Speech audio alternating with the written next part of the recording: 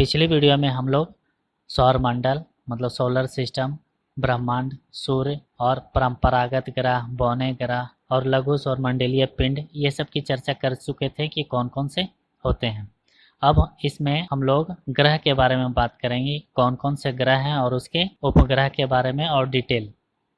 आप इसको याद कर सकते हैं सिस्टमेटिक ढंग से। कुछ भी चीज़ को आप सिस्टमेटिक ढंग से याद करने के लिए आप डे को याद कर सकते हैं, जैसे Monday, Tuesday, Wednesday, Thursday, Friday, Saturday and Sunday. देखिए, संडे और मंडे ये दोनों नाम से कोई ग्रह नहीं है, मतलब एतवार और सोमवार के नाम से कोई ग्रह नहीं है। अब शुरू होता है मंगलवार, तो मंगलवार, बुधवार, बृहस्पतिवार, शुक्रवार, शनिवार ये सब के नाम से ग्रह हैं। तो वन बाय वन हम लोग डिस्कस करेंगे। तो शुरू करते हैं मंगल ग्रह से, मतलब मंगलवार। मंगलवार मतलब मंगल ग्रह से। तो देखिए मंगल, अब मंगलवार को हम लोग करते क्या हैं कि बजरंग बली का पूजा करते हैं। अब बजरंग बली का पूजा करने के लिए हम लोग लाल टीका लगाते हैं, और ये भी देख सकते हैं बजरंग बली का जो भी वस्त्र है वो भी लाल है। मंगल ग्रह को लाल ग्रह भी कहा जाता है। तो लाल से हो गया लाल ग्रह, और मंगल से हो गया मंगल ग्रह या मार्स। आयरन ऑक्साइड मौजूद होने के कारण इसका रंग लाल दिखाई पड़ता है। मंगल ग्रह पृथ्वी के समान ही अपने अक्ष पर 25 डिग्री कोण पे झुका हुआ है। इसी कारण है कि इसमें भी ऋतु परिवर्तन होता है। और यह मंगल ग्रह अपने अक्ष पे 24 घंटे में एक चक्कर पूरा करता है। मंगल ग्रह अपने अक्ष पे 24 घंटे में एक चक्कर पूरा करता है। अब देखिए, आप लोग तो बजरंग बली के पूजा करने गए तो आप सोचें कि चलो कहीं घूम लेते हैं, कहीं टहल लेते हैं, या फिर कहीं चलते हैं ओलंपिक देख लेते हैं, ओलंपिक चल रहा है तो इसके लिए आप सेंट मारते हैं। तो यहाँ पे सेंट है, आप चाहे 2 ही सेंट लगाते हैं, फॉग लगाते हैं या फिर डेनिम मारते हैं। तो ये दोनों सेंट से आप उपग्रह याद कर सकते हैं। तो आप सेंट मारें तो फॉग मारें या डेनिम मारें। तो फॉग से हो गया फोबोस और डेनिम से हो गया डिमोस। तो फोबोस और डिमोस यह मंगल ग्रह के 2 उपग्रह हैं, फोबोस और डिमोस। फॉग से फोबोस और डेनिम से डिमोस। अब सेंट वेंट मार के आप अब जा रहे हैं ओलंपिक देखने, लेकिन उसे पहुंचने में आपको 6, 7, 8 दिन लग ही जाते हैं। तो देखिए 6, 7, 8 दिन लग जाते हैं, लेकिन इसे आप पलट के पढ़िए 6, 8, 7, 6, 7 दिन, मतलब यह मंगल ग्रह सूर्य की परिक्रमा करने में 687 दिन लगते हैं। 6, 8, 7 आप उल्टा पढ़ें 6, 7, 8, आपको ओलंपिक गेम पहुंचने में 6, 7, 8 दिन लगते हैं। तो इससे आप याद कर सकते हैं कि सूर्य की परिक्रमा करने में उसे 6, 8, 7 दिन लगते हैं। अब आप पहुंच गए ओलंपिक में, ओलंपिक देखने स्टेडियम में पहुंच गए। तो ओलंपिस मेसी, तो ओलंपिस मेसी ओलंपिक देखने गए, लेकिन वहाँ पे आपको मेसी मिल गया। मेसी, ओलंपिस मेसी, ओलंपिक से आप ओलंपिस मेसी।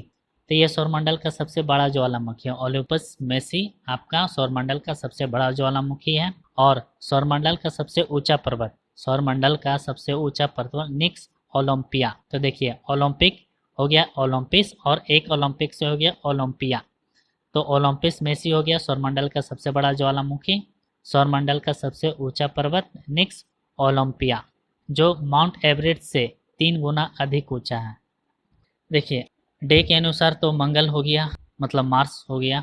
अब मंगल के बाद आता है बुध। तो बुध को हम लोग बोलते हैं मरकरी।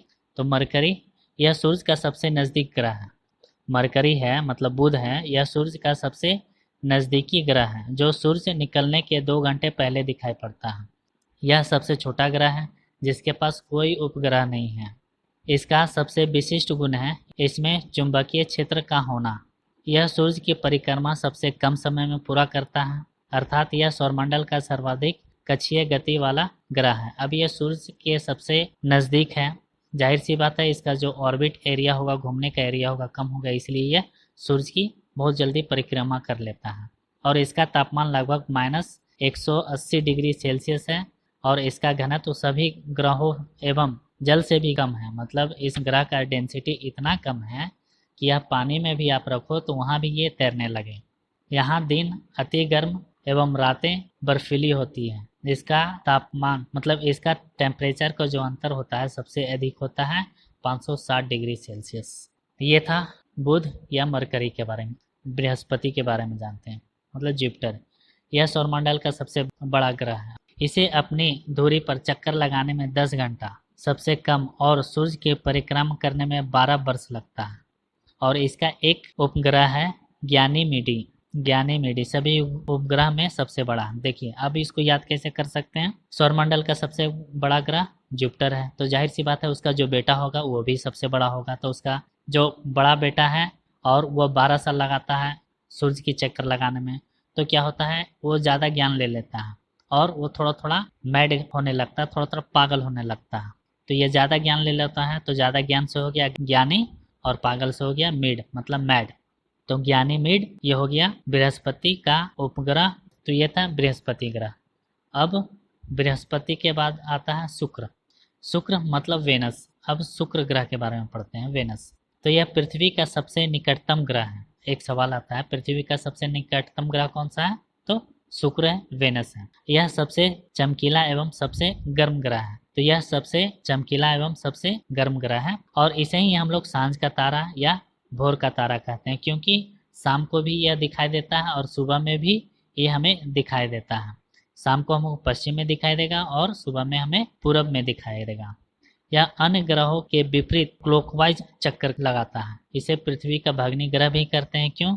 क्योंकि यह घनत्व, आकार और व्यास में पृथ्वी के समान ही है, इसलिए इसे पृथ्वी का भग्नी कहा जाता है। तो इसके पास कोई उपग्रह नहीं है।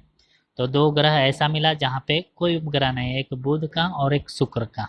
ये दोनों के पास कोई उपग्रह नहीं है। अब देखिए याद कर सकते हैं पृथ्वी का नज़दीक, सबसे नज़दीक शुक्र हो गया, चमकीला हो गया।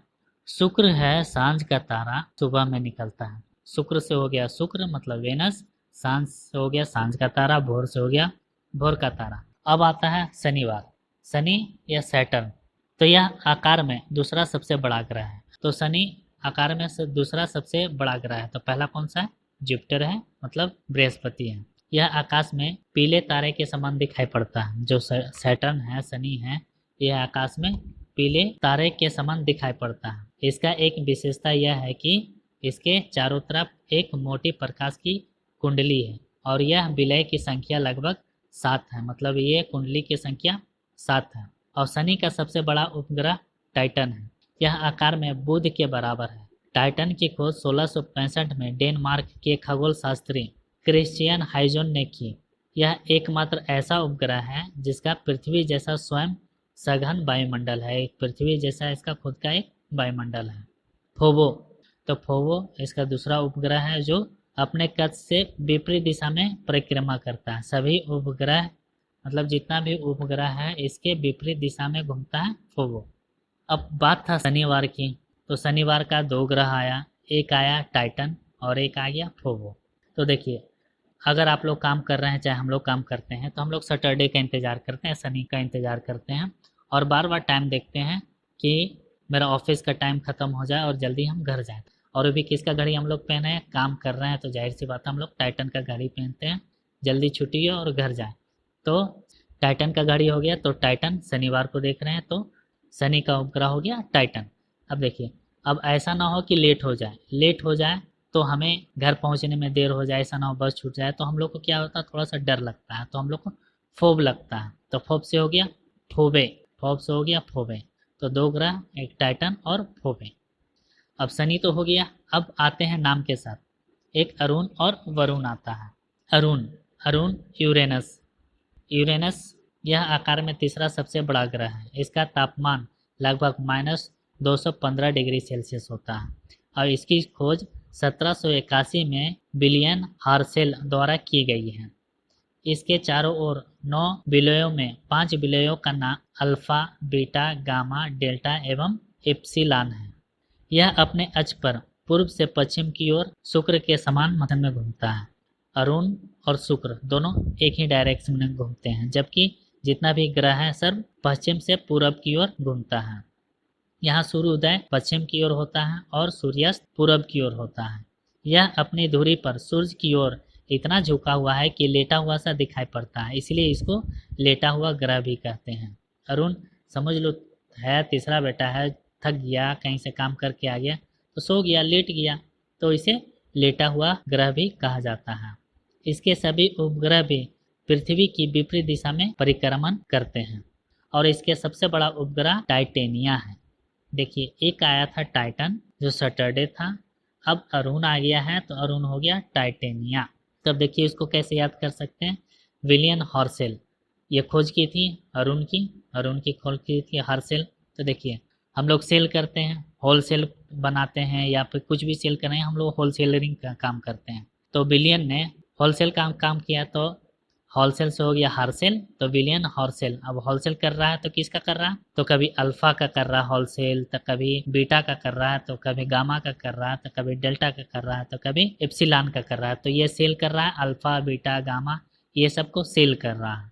और ये सेल करते करते इतना थक जाता है कि यह लेट जाता है, इसलिए इसे लेटा हुआ भी ग्रह कैसा लेट जाता है तो लेटा हुआ ग्रह कहते हैं। शनि के पास था टाइटन घड़ी, तो उसके पास था, तो हमारे पास क्या होना चाहिए, तो हमारे पास डबल टाइटन होना चाहिए, इसलिए टाइटेनिया, मतलब टाइटन से भी एडवांस वर्जन हम ले लिए हैं टाइटेनिया को। तो टाइटेनिया हो गया अरुण का उपग्रह टाइटेनिया। अब देखिए दूसरा जो आता है वो वरुण आता है।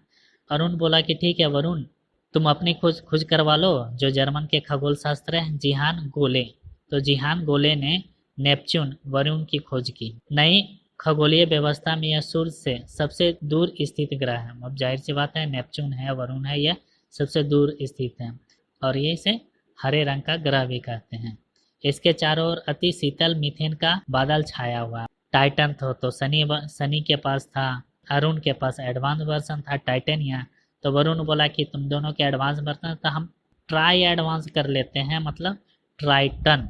वरुण का हो गया ट्राइटन, ये उसका उपग्रह हो गया। ये थे ये डे के हिसाब से ग्रह और उपग्रह। आज के वीडियो के लिए इतना ही। नेक्स्ट वीडियो में पृथ्वी और चंद्रमा की बात करेंगे। तो वीडियो देखने के लिए धन्यवाद।